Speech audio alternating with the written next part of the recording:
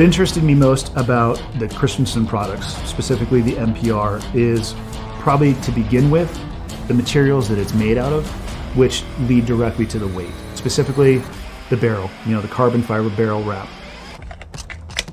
which not only one spits heat off faster than any barrel that I've ever used. Environments where you need to have a purpose-designed tool, which is exactly what a hunting rifle is, it has to function every single time without fail. The rifle breaks and it no longer functions, well, guess what? Your hunt is over. So that is the number one for me, is going to be reliability. Second to reliability is going to be durability. Then I'm looking for weight, and those three things are what I'm looking for when it comes to a purpose-driven tool to take into the backcountry.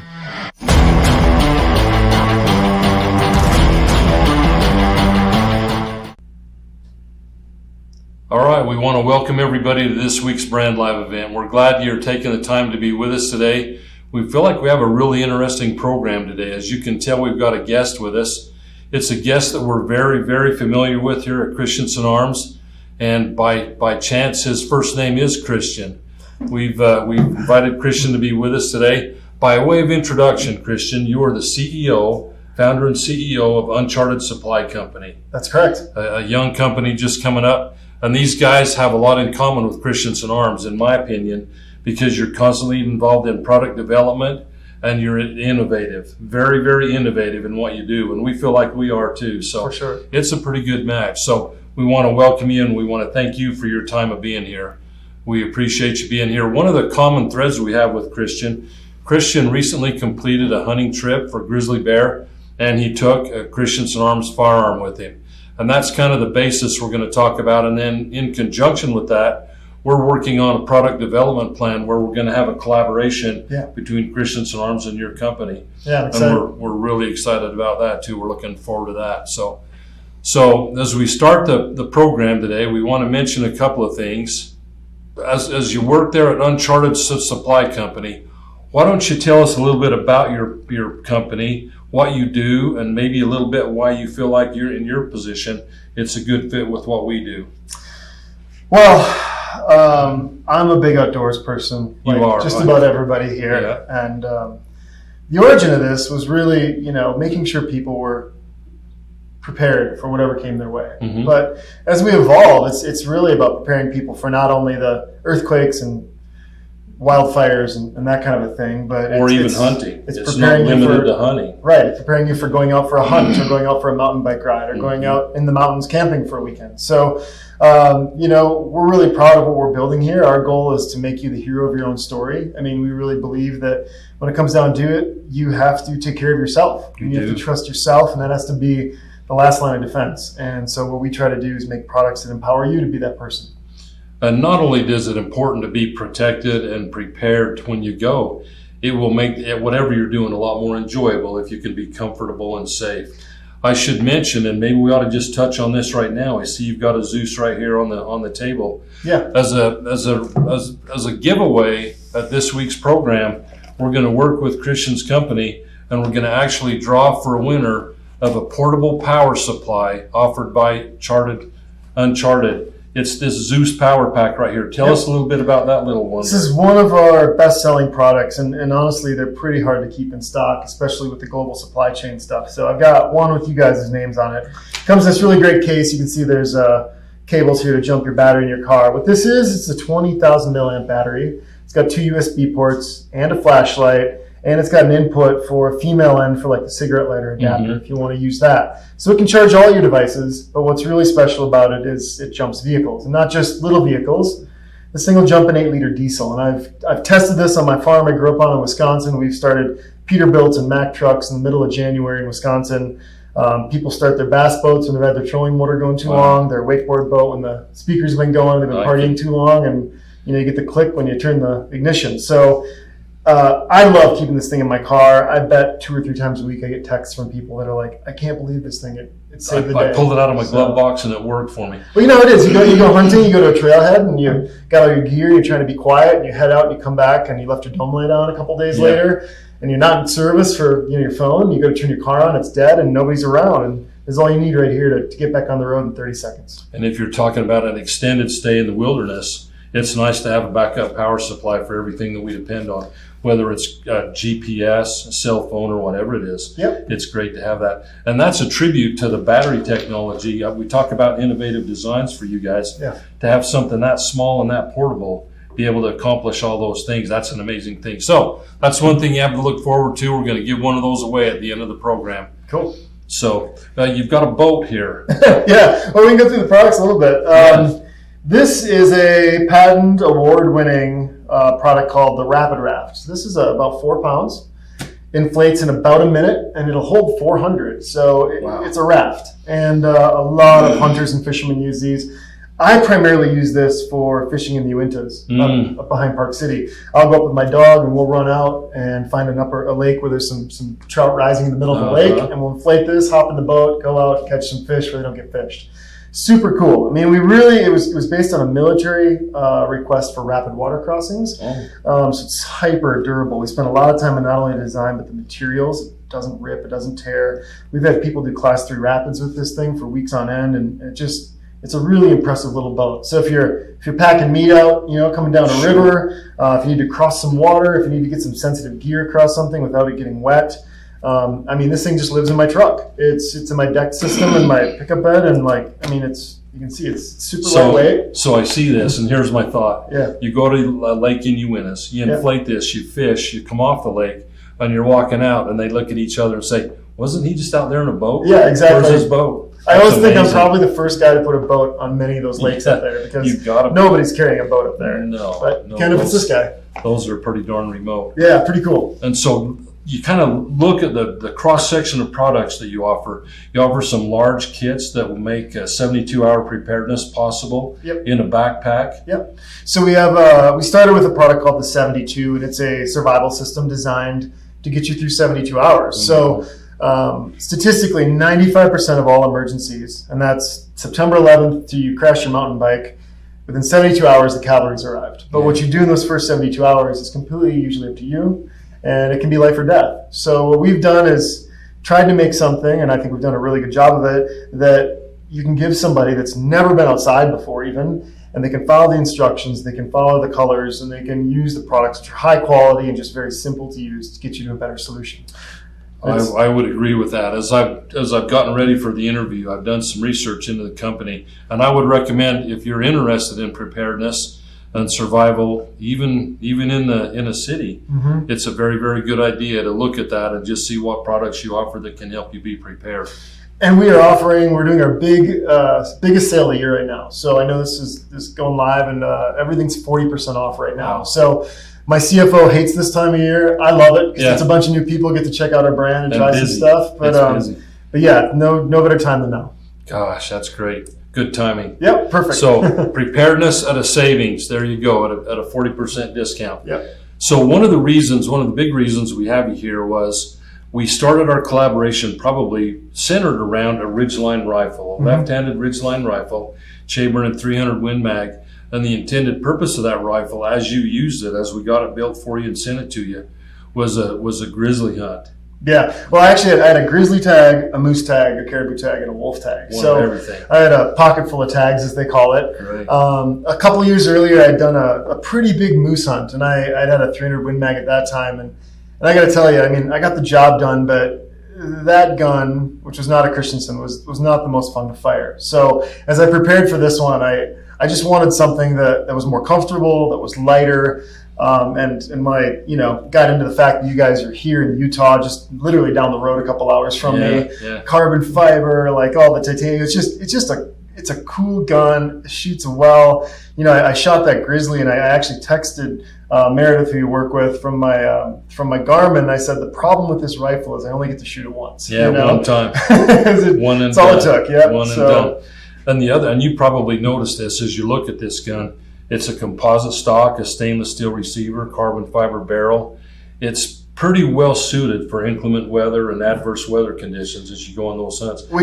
You can't always choose the weather. Oh, and you almost want the bad weather because that's when the big animals come out, right? So exactly. If you're in your tent when it's bad, you're missing the whole point of the hunt, and to have a rifle that can can just be totally at home in that is really nice. Well, and for our part, we were very glad to have you carry it, and we were glad to get one shot and you had your bear. So that was a good result. Yeah. As you looked at that hunt, and I know you did an interview for a magazine, yeah. What did you take with you when you considered that hunt, the amount of time you were going to be gone and where you were going to be? What did you take with you? So I would get it wrong if I tried to remember everything. Yeah. It'd probably be a very boring 10 minutes of going through every detail here, but there is a picture on my Instagram account where I laid everything out if you scroll back. I'll tell you this, I spent probably a full month before my hunt. My basement had all my gear laid out, and every morning before work and every night I'd come down and look at it, and I'd take pieces out and I'd add pieces back, and I'd weigh things because, when you're going in a plane, there's a weight limit. Absolutely. You have to stay under that. Yes, At the sir. same time, you're dealing with, sometimes below zero temperatures and crazy rain. There were days where it would snow and then it'd be hot and then it'd rain and then it'd be foggy. In one day. In like 2 hours, Yeah. you're going through everything. So there's not a whole lot you can leave home, right? I mean, it really comes down to finding the right stuff that's going to keep you comfortable and let you do the job, but also not at a weight penalty. I mean, I don't think there's a better workout than having 70 pounds on your back and hiking, through the Brooks Range of Alaska. Yeah. Or the muskeg, the tundra that you were on. Yeah. That's not easy. That's you step in the tundra and you go down a few inches. You sink like 6 inches with Yes, every sir. step. And you put a grizzly on top of that pack, and I mean, I think my quads grew probably a couple inches each that week. But, I hope I live long enough to see that myself one of these days. I may not.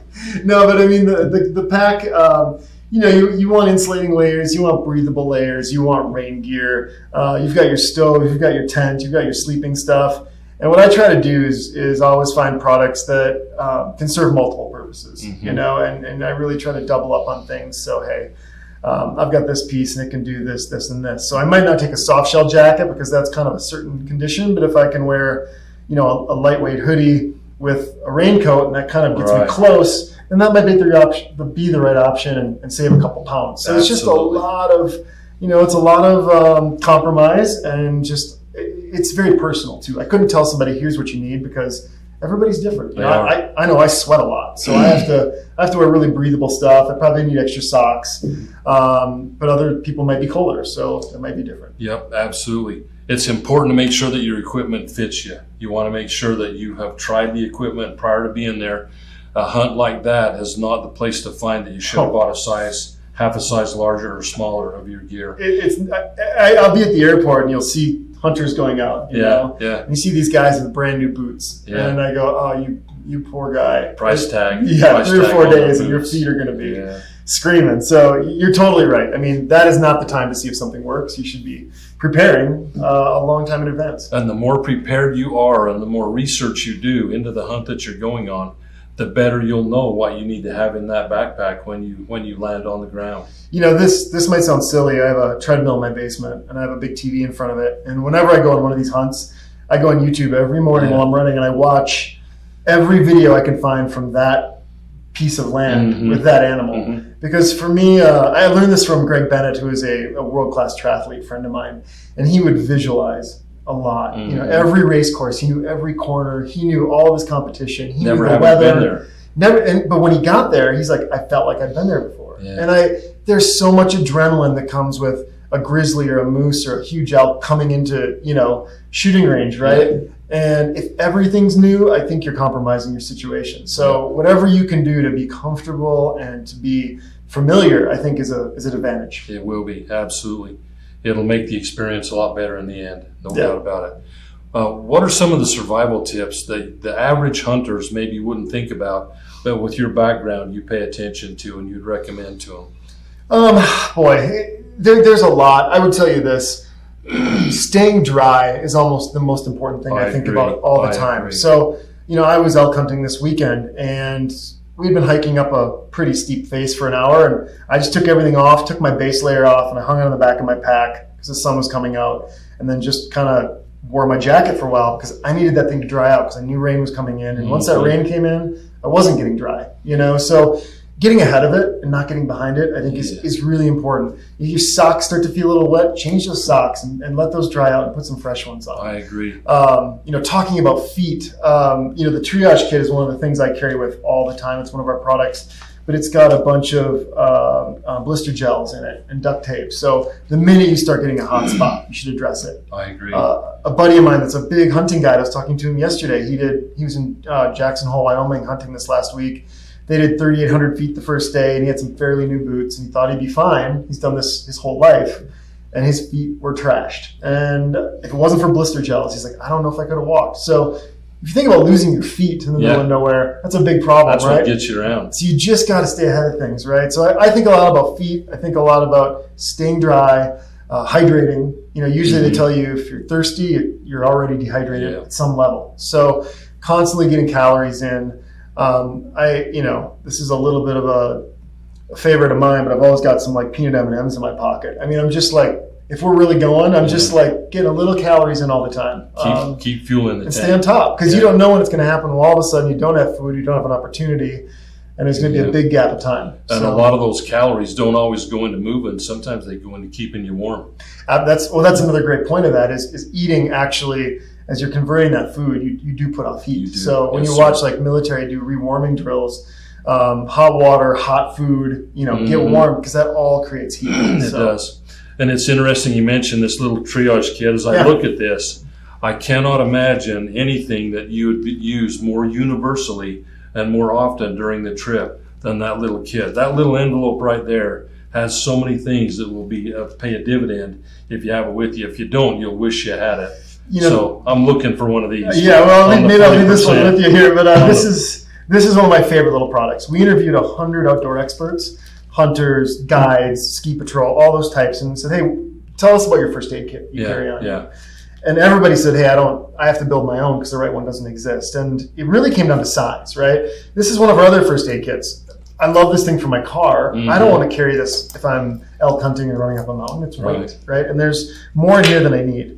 But this was designed to be first aid and gear repair. It's 130 grams. It fits into your chest pocket or your cargo pocket, or even if you're mountain biking on a jersey. But they say the best camera is the one in your hand. Well, the best first aid kit is one on you. Absolutely. If this is 4 miles back to camp and you need first aid, that's a disconnect. To me, that's almost the equivalent of a Swiss Army knife for the gear you have with you. I really, really like the concept of that. Yeah, there's wire in here. There's zip ties. I mean, I used to race snowmobiles. Between zip ties and duct tape and the wire, I can fix almost anything on a snowmobile, right? Yeah. You got matches. I mean, you've got blister gels, an emergency blanket. There's a ton of stuff in here. It's a no weight penalty, really. And the great thing about being prepared is on occasion, it may not even be yourself you're helping. It may be somebody you're with.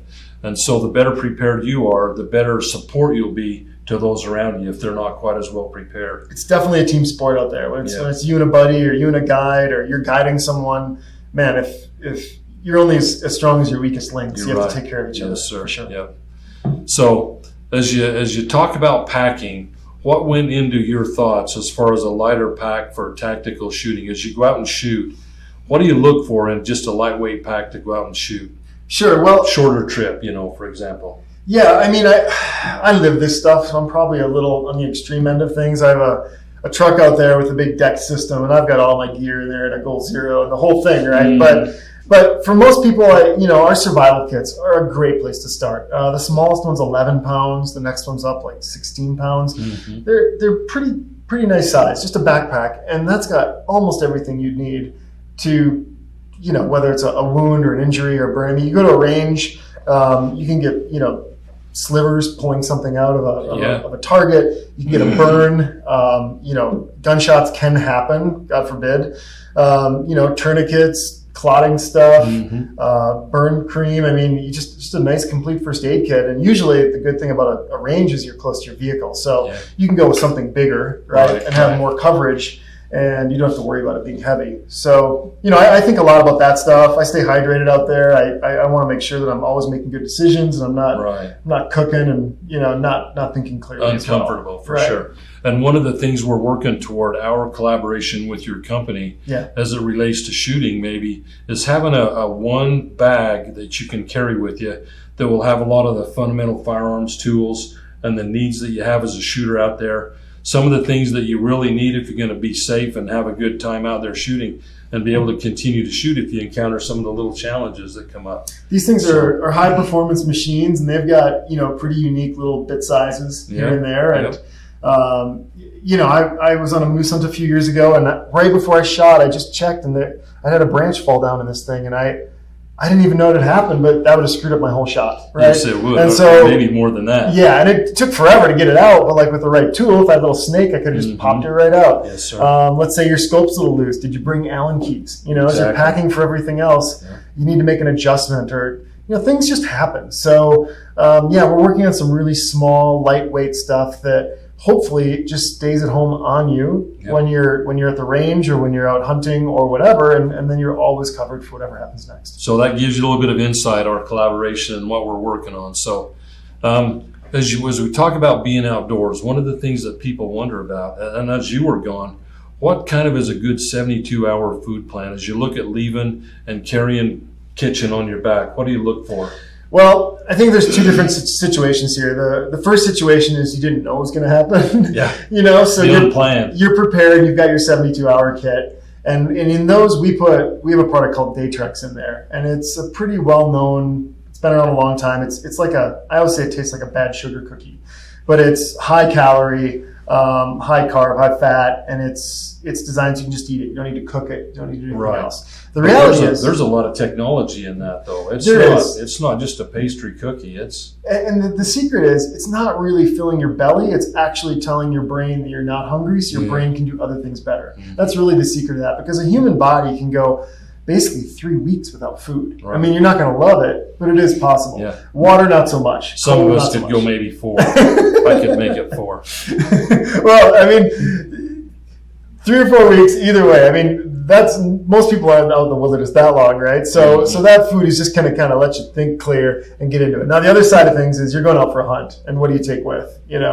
Those are situations where, like I said earlier, you're carrying a heavy pack, you're hiking through drainages, you're burning calories like crazy, and you got to stay sharp. So, there's a lot of great ready-made meals out there. I love those because they take a ton of water. They have a ton of sodium, which also helps with hydration. Yes.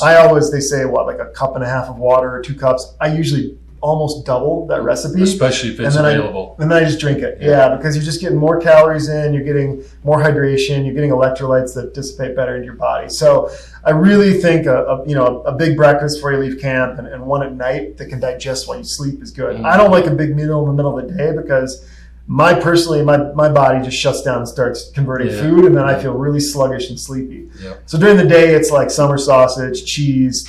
I love Snickers and like peanut M&Ms because you've got nuts, you've got sugar, so you've got things that burn quickly and things that burn slowly. Exactly. And it kind of like progresses instead of just a gummy bear that's all sugar. Right. So I try to be conscientious about everything I eat, but at the end of the day, when you're out there, get off your weight loss plan and just make sure you're topped off, because you'd be amazed how many calories you burn. And especially if it's cold. Absolutely. When you're sleeping at night, your body is burning calories to stay warm, and you wouldn't believe what that does to you. It does. And it's kind of an individual thing. We all have different tastes and likes and dislikes. And so part of that's just experimenting and knowing what you'll like and what you'll eat. Doesn't do any good to carry something if you're not going to eat it. That's a great point. I used to do a lot of Ironman stuff, and I've never done all that stuff. Well, the mistake a lot of people made was all of a sudden during race day they'd eat a bunch of goos and their stomach would go off. Yeah.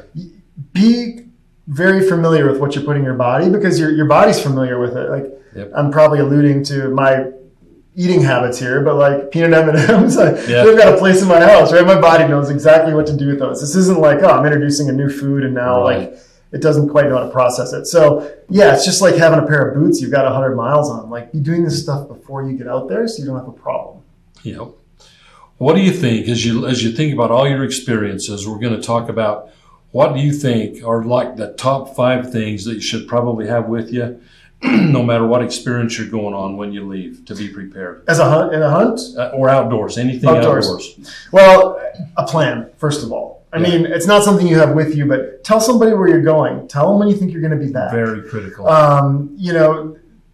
It gives people a starting point. Like, a lot of times if something happens and you're out there, well, if you don't come home that night, somebody knows at least where to look and they can get to you. If you don't tell anybody, that might add 2 or 3 days to the search, and that might be the difference. Exactly. We live in Utah, and every single year we watch search and rescue operations begin, and they have no real last known point, no last location for somebody.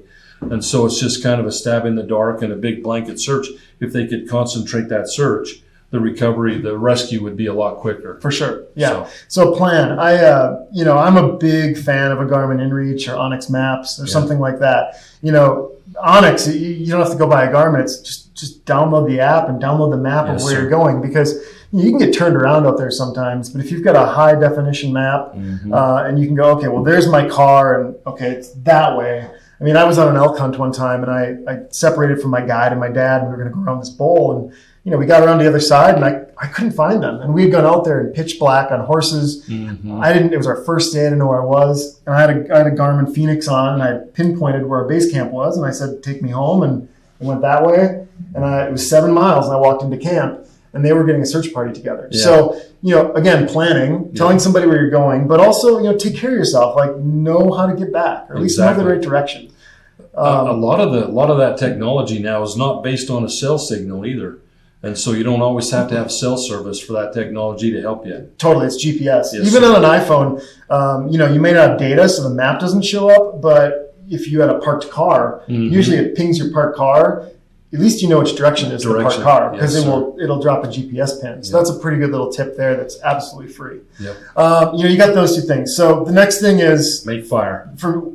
Fire's a good one. Yeah, well, it depends on how long you're going out. I was thinking of a day or multiple days. Being able to make fire is critical. We're into preparedness. I would say we're not into bushcraft. People are out there with people say, hey, do you know how to make a fire with like a bow drill? Bow drill, yeah. No, I carry like 5 Bic lighters because those things work. They always work, and I've got multiple redundancies, and they weigh nothing. Nice thing about a Bic lighter, you can get it wet, bring it out, and then start a fire. I've put them through washing machines just to see, and they are unbelievable, right? They are. And for 99 cents, you get a bunch of those, and you can always make fire. So that's a big one. The other thing I was going to say, the actual opposite, is water. Being able to make water, nothing shuts you down like being completely dehydrated, at least for me. So, in our kits, we have a Sawyer Mini. It's about this big. It's like a chapstick tube, and it'll do 100,000 gallons of water. Filter. So, filter. Make it safe to drink. Safe to drink. I mean, you can pull it out of an elk wallow, or I actually tested it in... I was in Djibouti at a military base, and it rained, and I went to a puddle and filled it up. And I said, if I'm going to sell this, I got to make sure it works. And totally fine. And they're amazing little products, and it weighs nothing. So being able to filter water, I don't know how many times I've seen people on mountain bike rides, and they went out too far, and they just have that ghostly look in their face, and they're stumbling around. In trouble. Big time. Physiologically, they're in trouble. Because it shuts your brain down, too. It's not just like I'm thirsty. It's a big problem. So... Yeah, so we've got what do we say there? We said a plan, we've got GPS or a data point, we've got fire, we've got water. What else? I think the other thing is just, what I want to say is just wear the right gear. Don't be too heavy, don't be too light. Think about what you're doing and make sure the stuff you have on is going to perform, because that'll make your experience amazing or terrible. Yes, sir, absolutely. And we all want to have a good experience, not a bad one when we go out. So those are great suggestions, Christian. And I can tell from your preparedness background that you've put a lot of thought into this, and we would all do well to listen to you. And that's the great thing about your products. As we think about that, we can go to these products, find what we think will meet our needs, and that'll help our experience be a lot better. As you look back at your hunt, what would you say were the benefits of having a Christensen Arms rifle on your grizzly bear hunts? Well, several things. First of all, it was so much lighter than the rifle I've been using previously. When every gram matters, I've met mountain guides cut the tags off their jackets to save weight. So when you're talking about a couple pound difference, it's really meaningful. It's really meaningful, especially if you got it's one thing if it's on your backpack. If you're carrying it all day, your biceps start to wear out, and then a shot comes and your arms are already a bit compromised. I can't overstate how that compounding effect can affect you at the end of a trip, at the end of a day. So the lightweight piece is really one thing. Two, I shot the heck out of this thing before I went, and I was just comfortable. It's consistent. I knew what I had to do. I don't understand people that spend all this money and invest all this time to go out to a trip, and they've only shot their gun 2 or 3 times, and maybe they're not quite sure if they're sighted in, and then you miss the moment you came there for. Right? That should be automatic. Because in your case, you were going along on your hunt, and then at that specific time, the bear comes out, and there's your one shot. Yeah. for the reason you came, and you did it in one shot. Yeah, we had actually been charged earlier in the day by a sow and 2 cubs and turned her away. And about an hour or two later, we'd just taken our packs off and we were making some coffee and we were going to glass, and this bear just appears and he's coming right at us, and things move really fast, really fast. And so the last thing you want to do is go, geez, I don't know if I can make that shot. I haven't really practiced that far. Do it now, because when the time comes, you want to know what you're doing for sure. I remember when we got the rifle to you, I was kind of a part of you getting prepared, going through the sighting in process and learning the rifle. And we had a lot of confidence in the rifle, and I could tell you did as you shot the rifle and got to know it. So yeah, we're talking about the ridgeline that you hunted with. We've got a left-handed model right here on the table, Christian, and that's significant because you're a left-handed shooter. Man, it is hard to find good left-handed rifles, right? And I was so thankful you guys had the ridgeline and the lefty. It's, I grew up shooting my grandpa's 30-30s, right? And everything's right-handed, and it almost feels like a luxury to have it right. And especially, deer hunting's one thing, but you get into a grizzly and you need to chamber another round quick, and seconds matter, and getting back on target. So follow-up shot takes on a whole new meaning when you got a big brown bear rolling toward you. Sure does. No doubt. Sure does. So that was another just beautiful thing about this gun, is just being able to, keep it up and rechamber and look through the scope and get back on the animal. So. Get ready for that follow-up shot if needed. If needed, It wasn't needed, so that's great. And we're proud to offer the Ridgeline and the Mesa in most calibers in a left-handed rifle. So, and you don't just have a Ridgeline, you've got... That's true. I've got a couple Glocks for handguns. I've got a couple shotguns, but one of my favorite guns is your CA556. I've got that in the bronze. It's such a cool gun. I've got a red dot on that. And I actually took that hunting a couple months ago for axis deer down in Texas. And that was super fun. You can shoot pretty late into the night on private ranches, and I had a red dot on it, and got to sneak in on them and shot a big buck. And it was probably the best eating animal I've ever tried in my life. And man, just fun to carry that little gun around and be able to use it. It has sold very, very well for us. There's been a lot of customer demand for that firearm. And as it's in the field, even like in the hands of our competitive shooters, they're going through 10 or 20,000 rounds a year with those guns, and they've done very, very well. Where are they getting their ammo from, man? I don't know. I'm not sure. We need to ask them. No kidding. Cut us in on that deal. I would love to be shooting that much, but I have to sell my house. Well, it's been really great having you here, Christian. We really enjoy the association we have with your great company. There's a lot of synergism when you talk about innovative products and stuff. We love your stuff. We're very, very glad that you've been able to enjoy our stuff. And again, we appreciate the time. Your time's valuable. We appreciate you being down here and sharing this time with us. Appreciate it. So that concludes our Brand Live video event this week. We look forward to bringing you some more. In the meantime, please, as a shooter, introduce the youth to the sport. Take somebody that hadn't been shooting before, take them out shooting, shoot safely and shoot often and shoot responsibly. And above all, shoot at Christensen. Thanks, everybody.